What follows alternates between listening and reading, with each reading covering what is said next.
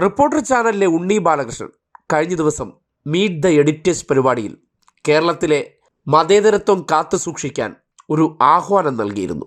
അത് ഈ നാട് കേൾക്കേണ്ടതാണ്. സംഘപരിവാർ ഈ നാട്ടിൽ വേരൂന്നിക്കൊണ്ട് ഈ നാട്ടിൽ ആവിഷ്കാര സ്വാതന്ത്ര്യങ്ങൾക്ക് മേലും ഈ നാട്ടിലെ മതനിരപേക്ഷതയ്ക്ക് മേലും ഈ നാടിൻ്റെ അഭിപ്രായ സ്വാതന്ത്ര്യത്തിനും മേൽ കത്തിവയ്ക്കാൻ തയ്യാറാകുമ്പോൾ ഈ നാട് ഉണർന്നു പ്രവർത്തിക്കേണ്ടിയിരിക്കുന്നു. എമ്പുരാൻ എന്നൊരു സിനിമയിൽ പരസ്യമായിട്ടുള്ള നിർദ്ദേശങ്ങളില്ലാതെ 24 വെട്ട് വെട്ടിയത് അത് ഈ നാടിൻ്റെ ശരീരത്തിലാണ് പതിച്ചതെന്ന് അദ്ദേഹം പറയുന്നുണ്ട്. ആ വിലയിരുത്തൽ വളരെ കൃത്യമാണ്. ചില കാര്യങ്ങൾ പറയുമ്പോൾ തൊട്ടടുത്ത് കേട്ടുകൊണ്ടിരുന്ന RSS ഓഫീസിലെ അടിച്ചുതളിക്കാരിയെ പോലെ പ്രവർത്തിക്കുന്ന സുജയ പാർവതിക്ക് വല്ലാതെ പൊള്ളലേറ്റിട്ടുണ്ട്. വിളിക്കാത്ത കല്യാണത്തിന് സദ്യ ഉണ്ണാൻ പോകും പോലെ അതിൻ്റെ ഇടയിൽ കയറി സംഘിക്കുണം കാണിക്കുന്നതും കാണാനിടയായി. എന്തായാലും സംഘപരിവാർ ഒരു സിനിമയോട് കാണിച്ച പ്രവൃത്തിയും ഈ അടുത്ത ദിവസം ഗാന്ധിജിയുടെ ചെറുമകനായ തുഷാർ ഗാന്ധിയോടും അവർ കാട്ടിയ അസഹിഷ്ണുത, ആ അസഹിഷ്ണുതയ്ക്ക് ഈ നാട് വകവെച്ച് കൊടുക്കരുത്, ആ അസഹിഷ്ണുത പ്രകടിപ്പിക്കാൻ അവസരമൊരുക്കരുത് എന്നുള്ള ആഹ്വാനം അത് ഈ നാട് ശിരസേറ്റേണ്ടത് തന്നെയാണ്. ഉണ്ണി ബാലകൃഷ്ണൻ 2 മിനിറ്റ് 8 സെക്കൻഡാണ് വെട്ടിമാറ്റിയത്. 24 കട്ടുകളാണുള്ളത്. അതിൽ പല കട്ടുകളിൽ 7 കട്ടുകൾ സിനിമയിലെ വില്ലൻ്റെ പേരുകൾ മ്യൂട്ട് ചെയ്യുകയോ എഡിറ്റ് ചെയ്യുകയോ ചെയ്തിട്ടുണ്ട്. 4ഓളം കട്ടുകൾ ഈ സ്ത്രീകൾക്കെതിരെയുള്ള അതിക്രമങ്ങൾ ബന്ധപ്പെട്ട ഭാഗങ്ങളാണ്. ഇതൊരു മുന്നറിയിപ്പാണോ? ഇതൊരു ചെറിയ മുന്നറിയിപ്പൊന്നുമല്ല കേട്ടോ, ഇത് അതിശക്തമായ മുന്നറിയിപ്പാണ്. ഇത് ഈ എമ്പുരാന് സംഭവിച്ച ഈ 24 വെട്ടുണ്ടല്ലോ, അത് കേരളത്തിനേറ്റ 24 വെട്ടാണ് എന്ന നിലപാടുകാരനാണ്, അഭിപ്രായക്കാരനാണ് ഞാൻ പറയട്ടെ. ഇന്നിപ്പോൾ ഈ നോക്കൂ, ഈ വെട്ടിയ ഭാഗങ്ങൾ എന്താണ്? താങ്കൾ സൂചിപ്പിച്ചതുപോലെ NIAയുടെ നെയിം പ്ലേറ്റ് എടുത്ത് മാറ്റുന്നു, NIA എന്ന പേരുച്ചരിക്കുന്നിടത്ത് മ്യൂട്ട് ചെയ്യുന്നു, ഈ പറയുന്ന വില്ലൻ്റെ പേര് ബജ്രംഗിയിൽ നിന്ന് ബൽരാജ് എന്നാക്കുന്നു, അതേപോലെ സ്ത്രീകൾക്കെതിരായിട്ടുള്ള അതിക്രമങ്ങൾ മാറ്റുന്നു, മതചിഹ്നങ്ങൾ എല്ലാം എടുത്ത് കളയുന്നു. ഈ നിലയ്ക്ക് വളരെ കൃത്യമായ വെട്ടാണ് നടന്നിരിക്കുന്നത്. ഈ വെട്ടെല്ലാം സ്വമേധയാ എമ്പുരാൻ ടീം നടത്തിയതാണ് എന്ന് വിചാരിക്കാൻ തക്ക വിഡ്ഢിത്തമുള്ള ഒരാളല്ല ഞാൻ. ഇത് വളരെ ക്ലിയർലി ഇൻസ്ട്രക്റ്റഡ് ആയിട്ടുള്ള ഒരു കാര്യമാണ്. ആരോ അണിയറയിൽ നിന്ന് നൽകിയ നിർദ്ദേശത്തിൻ്റെ അടിസ്ഥാനത്തിലാണ് 1, 2, 3, 4 എന്നിങ്ങനെ 24 വെട്ടുകൾ ഈ സിനിമയിൽ ഉണ്ടായിരിക്കുന്നത്. അത് ആ സിനിമയുടെ അണിയറ പ്രവർത്തകർ സ്വമേധയാ നടത്തിയ ഒന്നാണ് എന്ന് ഞാൻ കരുതുന്നുമില്ല.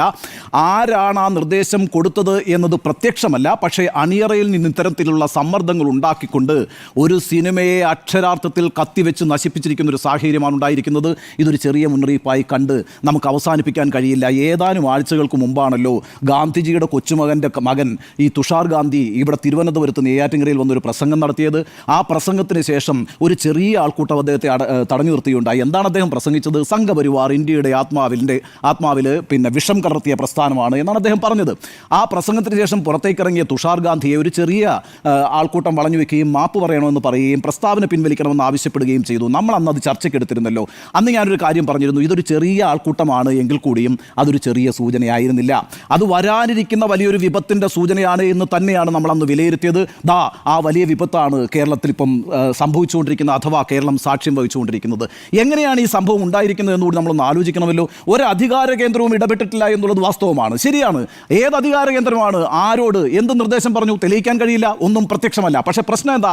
ആൾക്കൂട്ടമാണ് ഇതിന് പിന്നിൽ നിന്ന് എന്നുള്ളതാണ്. എപ്പോഴും ഫാസിസം പ്രവർത്തിക്കുന്ന അങ്ങനെയാണ്, ആൾക്കൂട്ട ഭീതി സൃഷ്ടിക്കുന്നു. ആ ആൾക്കൂട്ട ഭീതി സൃഷ്ടിച്ചാൽ ഞാനൊരു കാര്യം ചോദിച്ചോട്ടെ, ഏതൊക്കെ സിനിമകൾക്കെതിരെ എന്തെല്ലാം നെഗറ്റീവ് റിവ്യൂസ് വന്നിട്ടുണ്ട്, പല തരത്തിലുള്ള അഭിപ്രായ പ്രകടനങ്ങൾ സമൂഹ മാധ്യമങ്ങളിൽ വന്നിട്ടുണ്ട്.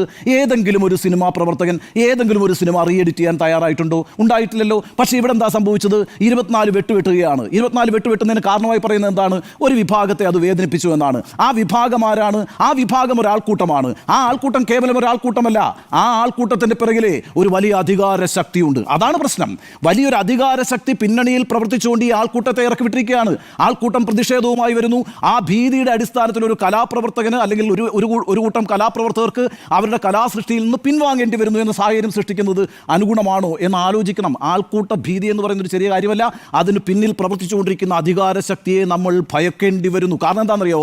ആ അധികാര ശക്തി ഏതറ്റം വരെയും പോകും, നിങ്ങളെ എങ്ങനെയും പീഡിപ്പിക്കും. ഇതാണ് പ്രശ്നം. അത് തെളിയിച്ചുകൊണ്ടിരിക്കുന്ന ഒരു സർക്കാരാണ് കേന്ദ്രത്തിൽ ഭരിച്ചുകൊണ്ടിരിക്കുന്നത്.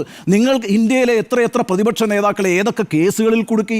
2024 തെരഞ്ഞെടുപ്പിന് മുമ്പ് ഒരു സംസ്ഥാന മുഖ്യമന്ത്രിയല്ല 2 സംസ്ഥാന മുഖ്യമന്ത്രിമാർക്ക്, തെരഞ്ഞെടുക്കപ്പെട്ട 2 സംസ്ഥാന മുഖ്യമന്ത്രിമാർക്ക് ജയിലിലേക്ക് പോകേണ്ടി വന്നു. ഇന്ത്യൻ ജനാധിപത്യത്തിന്റെ ചരിത്രത്തിൽ അങ്ങനെ ഒരു സാഹചര്യം ഉണ്ടായിട്ടുണ്ടോ? അപ്പോൾ അത്തരത്തിൽ ഭീഷണിപ്പെടുത്താൻ ശക്തിയുള്ള, ഒരു ധാർമ്മിക പ്രശ്നവുമില്ലാത്ത, ജനാധിപത്യ വിരുദ്ധമായി പ്രവർത്തിക്കാൻ ഒരു ബുദ്ധിമുട്ടുമില്ലാത്ത ഒരു അധികാരശക്തി പിന്നിലുണ്ട് എങ്കിൽ ആ അധികാരശക്തിയുടെ മുന്നണി പോരാളികളായിട്ട് വരുന്ന ആൾക്കൂട്ടങ്ങളെ ആളുകൾ ഭയക്കേണ്ടി വരും. അങ്ങനെ ഒരു സാഹചര്യമാണ് ഇപ്പോൾ ഉണ്ടായിരിക്കുന്നത്. ഇതൊട്ടും തന്നെ അഭികാമ്യമായ സാഹചര്യമായിട്ട് ഞാൻ കാണുന്നില്ല. കേരളം പ്രത്യേകിച്ച് ശ്രദ്ധിക്കണം. കാരണം കേരളത്തിൽ ഇങ്ങനൊരു ചരിത്രമില്ലെന്നേ. എൻ്റെ ഓർമ്മയിൽ ഇതുവരെ ഒരു സിനിമ റിലീസ് ചെയ്തിട്ട് അത് എഡിറ്റ് ചെയ്ത് അത് വെട്ടിക്കണ്ടം തുണ്ടമാക്കിയിട്ട് വീണ്ടും പ്രസിദ്ധീകരിക്കേണ്ട ഒരു സാഹചര്യം എൻ്റെ ഓർമ്മയിലില്ല.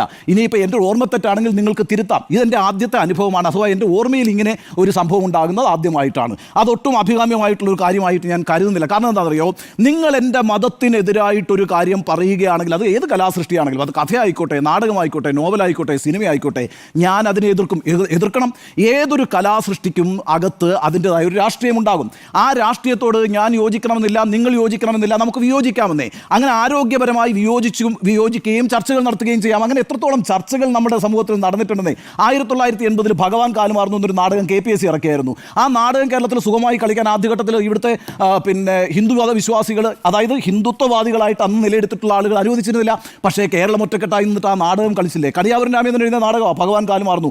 അന്ധവിശ്വാസങ്ങൾക്കെതിരായിട്ടുള്ള നാടകമായിരുന്നു. നിർമാല്യം പോലൊരു സിനിമയുണ്ടായ ഭാഷയല്ലേ ഇത് നമ്മുടേത്. അപ്പോൾ ഇത്തരത്തിലുള്ള പ്രവണതകളെ നമ്മൾ ഇതിന് മുമ്പും കണ്ടിട്ടുണ്ട്, ഒറ്റക്കെട്ടായി നിന്ന് ചേർത്തിട്ടുണ്ട്. പക്ഷേ ഇപ്പോൾ ഇവിടെ ഇപ്പോൾ കീഴടങ്ങേണ്ടി വരുന്നു എന്നുള്ളതാണ്. എങ്ങനെ കീഴടങ്ങേണ്ടി വരുന്നു? ഒരാൾക്കൂട്ടം രംഗത്തിറങ്ങി വന്ന് പ്രവർത്തിക്കുന്നു. ആ ആൾക്കൂട്ടത്തിന് പിന്നിൽ അതിൻ്റെ കടിഞ്ഞാൻ പിടിച്ചുകൊണ്ട് അതിശക്തമായ ഒരു അധികാരിയോ ഒരു അധികാര ശക്തിയോ ഉണ്ടായിരിക്കുന്നു. അതൊരു ചെറിയ ഭീഷണിയായിട്ട് നമ്മൾ കാണണ്ട. അതുകൊണ്ട് ഇത് കേരളത്തിനേറ്റ 24 വെട്ടുകളായിട്ട് തന്നെ നമ്മൾ മനസ്സിലാക്കണം. ഇതൊരു ചെറിയ മുന്നറിയിപ്പല്ല. ഇതൊരു വരാനിരിക്കുന്ന അപകടത്തെക്കുറിച്ചുള്ള വലിയൊരു ഭീഷണിയെക്കുറിച്ചുള്ള സൂചനയാണ് എന്ന് മാത്രമല്ല, തുടർച്ചയായിട്ടല്ലേ ഓർഗനൈസർ എഴുതിക്കൊണ്ടിരിക്കുന്നത്. ഇന്നിപ്പോൾ 4ാമത്തെ ദിവസം എഴുതിയല്ലോ ഇത് തീവ്രവാദത്തെ പ്രോത്സാഹിപ്പിക്കുന്ന സിനിമയാണെന്നുള്ളത്. കണ്ടിന്യൂസ് ആയിട്ട് RSS എന്ന് പറഞ്ഞാൽ എന്താണെന്നേ, സംഘപരിവാർ എന്ന് പറയുന്നതിൻ്റെ അടിസ്ഥാനം RSS ആണ്. ആ RSSന്റെ മുഖപത്രമാണ് നിരന്തരമായിട്ട് എഴുതിക്കൊണ്ടിരിക്കുന്ന ഈ സിനിമയ്ക്കെതിരായിട്ട് എന്തെല്ലാം ആക്ഷേപങ്ങൾ ഉയർത്തിയിരുന്നു. ഇന്നലെ ഞാൻ പറഞ്ഞിരുന്നല്ലോ ഇതൊരു പൊളിറ്റിക്കൽ പ്രോജക്റ്റ് ആയിട്ട് മാറുമെന്ന്. എന്തായിരുന്നു ആ പൊളിറ്റിക്കൽ പ്രോജക്റ്റ്? കൃത്യമായി ക്രിസ്ത്യൻ സമുദായത്തോട് ഒരു ആഹ്വാനം നടത്തിയ ഓർഗനൈസർ എന്താണ് ആഹ്വാനം നടത്തിയത്? നോക്കൂ ക്രിസ്ത്യാനികളെ, നിങ്ങളുടെ മതത്തെയും നിങ്ങളുടെ വിശ്വാസത്തെയും ഈ സിനിമ ചോദ്യം ചെയ്യുന്നുണ്ട്. അതുകൊണ്ട് നിങ്ങൾ അടങ്ങിയിരിക്കരുത്. നിങ്ങളുടെ ശാന്തത ഞങ്ങളെ അത്ഭുതപ്പെടുത്തുന്നു എന്നാണ് എഴുതിയത്. ഇന്നിപ്പോൾ എന്താ സംഭവിച്ചത്? സീറോ മലബാർ സഭ പത്രക്കുറിപ്പിറക്കി. സീറോ മലബാർ സഭ പറഞ്ഞിരിക്കുന്നത് ക്രിസ്ത്യാനികളുടെ വികാരത്തെയും വ്രണപ്പെടുത്തിയിട്ടുണ്ട് എന്നാണ്. അതാണ് ഞാൻ ഈ പറയുന്നത്. എമ്പുരാൻ എന്ന് പറയുന്ന സിനിമ ഒരുപക്ഷെ നമ്മുടെയൊക്കെ മെമ്മറിയിൽ അങ്ങ് പോകും. എമ്പുരാൻ റോൾ വഹിച്ചു കഴിഞ്ഞു. ഇനിയിപ്പോൾ എമ്പുരാനുമായി ബന്ധപ്പെട്ട് RSSും സംഘപരിവാറും ആരംഭിക്കാൻ പോകുന്ന വലിയൊരു പൊളിറ്റിക്കൽ പ്രോജക്റ്റാണെന്ന് ഇത്. ആ പൊളിറ്റിക്കൽ പ്രോജക്റ്റിൻ്റെ ഭാഗമായിട്ടാണ് ഇന്നിപ്പോൾ പുതിയൊരു ലേഖനം വന്നിരിക്കുന്നത്. തീവ്രവാദ പ്രവർത്തനത്തെ പ്രോത്സാഹിപ്പിക്കുന്നു. ആരാണ് തീവ്രവാദ പ്രവർത്തനത്തെ പ്രോത്സാഹിപ്പിക്കുന്നത്? അത് ഏത് വിഭാഗത്തെ ചൂണ്ടിക്കാണിച്ചുകൊണ്ടാണ് പറയുന്നത്. അപ്പോൾ ഇവിടെ ഇസ്ലാമിക തീവ്രവാദം ശക്തിപ്പെടുന്നു. ഒരു മതത്തിന് മാത്രമായിട്ട് ലോകത്ത് എവിടെയും തീവ്രവാദം ഉണ്ടായിരുന്നിട്ടില്ല. അങ്ങനെയൊന്നും ആരും പറഞ്ഞു മുന്നേറുകയും വേണ്ട. ഒരു മതവിഭാഗം മാത്രമായിട്ട് ലോകത്തിൽ തീവ്രവാദം ഉണ്ടായിട്ടില്ല. ഒരു സിനിമ ഇങ്ങനെയാണെങ്കിൽ കേരള സ്റ്റോറി എന്താ? സിനിമ കാശ്മീർ ഫയൽസ് എന്താ? അങ്ങനെയാണ് കാശ്മീർ ഫയൽസ് എന്താണ് കാണിച്ചത്? കേരള സ്റ്റോറി എന്താ കാണിച്ചത്? അങ്ങനെ പല വിഷയങ്ങളിൽ പല വിഭാഗങ്ങൾ എന്ന് മാത്രമല്ല, ഇന്ത്യയുടെ ചരിത്രം, ലോകത്തിന്റെ ചരിത്രം എടുത്തു. ക്രിസ്ത്യൻ തീവ്രവാദം ഉണ്ടായിട്ടില്ലേ? ഇസ്ലാമിക തീവ്രവാദം ഉണ്ടായിട്ടില്ലേ? ഹിന്ദു തീവ്രവാദം ഉണ്ടായിട്ടില്ലേ? എല്ലാ മതവിഭാഗങ്ങളിലും തീവ്രവാദ വിഭാഗങ്ങൾ ഉണ്ടായിട്ടുണ്ട്. അത്ര വലിയ ഹോളോകോസ്റ്റുകൾ ഉണ്ടായിട്ടുണ്ട്, വലിയ കൂട്ടക്കൊലകൾ ഉണ്ടായിട്ടുണ്ട്. അപ്പോൾ ഓരോ വീക്ഷണങ്ങൾ, ഓരോ കലാസൃഷ്ടികളും മുന്നോട്ട് വയ്ക്കും. ആ വീക്ഷണങ്ങളെ നിങ്ങൾ ജനാധിപത്യപരമായി ഉൾക്കൊള്ളാൻ പഠിക്കണം. അല്ലാതെ അതിനെ അധികാരം ഉപയോഗിച്ച് അമർച്ചുകയല്ല വേണ്ടത്. ഇവിടെ ഇപ്പോൾ ജെയ്ഷെ മുഹമ്മദിനെ അംഗീകരിച്ചിട്ടില്ല. ജെയ്ഷെ മുഹമ്മദിനെ അംഗീകരിക്കാത്തത് പോലെ തന്നെയാണ് ബജ്റംഗ് ദളിനെ അംഗീകരിക്കാത്തത്. ഈ പറയുന്ന നിങ്ങളൊരു കാര്യം ആലോചിക്കണം. എനിക്ക് തോന്നുന്നു 1999 ഒരു പാതിരിയെയും 2 മക്കളെയും നിർത്തി കത്തിച്ചിട്ടുണ്ട്. ഗ്രഹാം സ്റ്റെയിൻസ് എന്നാ പേര് ആ പാതിരിയുടെ. ആ പാതിരി അങ്ങനെ തന്നെയാണ് പറയുന്നത്. ഓരോ ബജ്റംഗ് ദൾ എന്താ ഇവിടെ ചെയ്തിട്ടുള്ളത്? ബജ്റംഗ് ദളിന്റെ നേതാവിനെ പിടിച്ച് ജയിലിൽ വന്നു. വാജ്പേയി ഗവൺമെന്റ് ഭരിക്കുമ്പോഴാണ് ബജ്റംഗ് ദളിന്റെ നേതാവിനെ പിടിച്ച് അകത്തിരേണ്ടി വന്നത്. അപ്പൊ ഏത് തീവ്രവാദത്തെയും നമ്മൾ എതിർക്കുന്നു. പക്ഷേ നിങ്ങളൊരു കലാസൃഷ്ടി മുന്നോട്ട് വയ്ക്കുന്ന രാഷ്ട്രീയത്തെ എതിർക്കുന്നത് അതിനെ വെട്ടി തുണ്ടമാക്കിക്കൊണ്ടാകരുത്, മറിച്ച് ആരോഗ്യപരമായ ചർച്ച നടത്തിക്കൊണ്ടാകണം. നിങ്ങൾക്ക് ഏത് രാഷ്ട്രീയ പ്രസ്ഥാനത്തിലും വിശ്വസിക്കാനുള്ള അവകാശമുണ്ട്. ഇവിടെ CPM-കാരനായ ഒരാൾക്ക് അധികാരമുണ്ട്, കോൺഗ്രസ്സുകാരൻ ഒരാൾക്ക് അധികാരമുണ്ട്, എന്നതുപോലെ തന്നെ BJP-ആകാൻ ഒരാൾക്ക് അവകാശമുണ്ട്. പക്ഷേ പ്രശ്നം എന്താണെന്നറിയോ? നിങ്ങളുടെ പാർട്ടി വിശ്വാസം എന്ന് പറയുന്നത് നിങ്ങൾക്ക് സ്വതന്ത്രമായി നിർവഹിക്കാൻ കഴിയുന്ന ഒരു കാര്യമായിരിക്കണം. അതിന് ജനാധിപത്യം പുലരണം. അതിന് പകരം ഭീഷണിയുടെ ഒരു അന്തരീക്ഷം ഉണ്ടാക്കി, ഭീകരതയുടെ ഒരു അന്തരീക്ഷം അന്തരീക്ഷം ഉണ്ടാക്കി ജനാധിപത്യത്തെ കശാപ്പ് ചെയ്യുന്ന ഏത് നീക്കത്തെയും തകർക്കണം. പണ്ട് എന്താ പറയുക, ഒരു ഹിറ്റ്ലറിന്റെ കാലത്ത് ഒരു കവിതയുണ്ടല്ലോ, അവസാനം വാതിൽ മുട്ടിയപ്പോൾ ഞാൻ മാത്രമായിരുന്നു, അല്ലെ? നീൽ മുള്ളറിന്റെ കവിതയുണ്ട്. എന്താണ്? ഈ തൊഴിലാളികളെ കൊന്നു, അപ്പോൾ ഞാൻ തൊഴിലാളിയല്ല, എനിക്കൊരു കുഴപ്പമില്ല. അവർ ജൂതന്മാരെ കൊന്നു, അപ്പോൾ ഞാൻ ജൂതനല്ല, എനിക്കൊരു കുഴപ്പമില്ല. അവസാനം അവർ എന്നെ തേടി വന്നു, അപ്പോൾ എനിക്ക് വേണ്ടി സംസാരിക്കാൻ ആരും ഉണ്ടായിരുന്നില്ല എന്ന് ഹിറ്റ്ലറിന്റെ ഫാസിസ്റ്റ് കാലത്ത് ഒരു കവിതയുണ്ട്. എന്ന് പറയുന്ന പോലെ നമ്മളിപ്പോൾ ഇതിനെ അങ്ങോട്ട് കൈയടിച്ച് പ്രോത്സാഹിപ്പിച്ചു കൊടുത്താലുണ്ടല്ലോ, നാളെ ഒരു വോട്ടർ എന്നുള്ള നിലയ്ക്ക് ജനാധിപത്യ അവകാശമില്ലാത്തൊരു ജനതയായിട്ട് നമ്മൾ മാറും.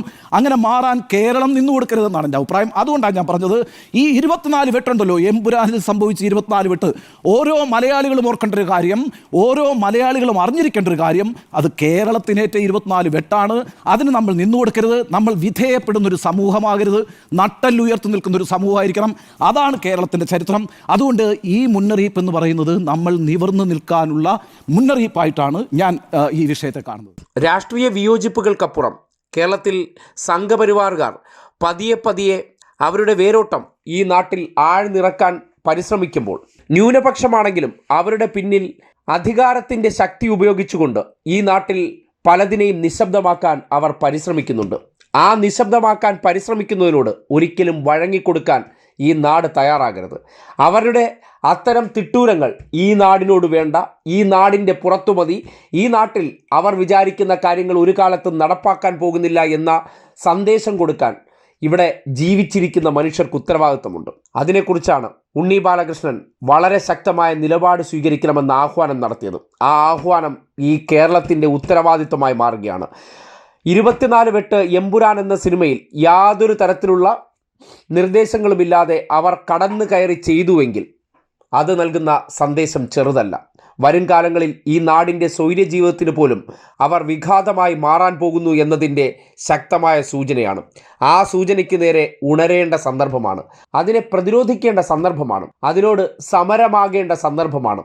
അത് ഈ നാടിൻ്റെ മതേതര ചിന്തകൾ ഒത്തൊരുമിച്ച് നിന്ന് ചെറുക്കണം, ഒത്തൊരുമിച്ച് നിന്ന് പ്രതിരോധിച്ച് പരാജയപ്പെടുത്തേണ്ടത് നാളെ ഈ നാടിൻ്റെ സമാധാനപൂർണമായ ജീവിതത്തിന് അത്യന്താപേക്ഷിതമാണെന്ന് ആ വാക്കുകളിൽ ഉൾച്ചേർന്നിട്ടുണ്ട് എന്ന് നിസ്സംശയം പറയാം. അതുകൊണ്ട് തന്നെ ഒരു മാധ്യമപ്രവർത്തകൻ പങ്കുവച്ച ആ ആശങ്ക, അത് ഈ നാട് ഏറ്റെടുക്കാനുള്ള ബാധ്യതയുണ്ടെന്ന് നിസ്സംശയം പറയേണ്ടി വരികയാണ്.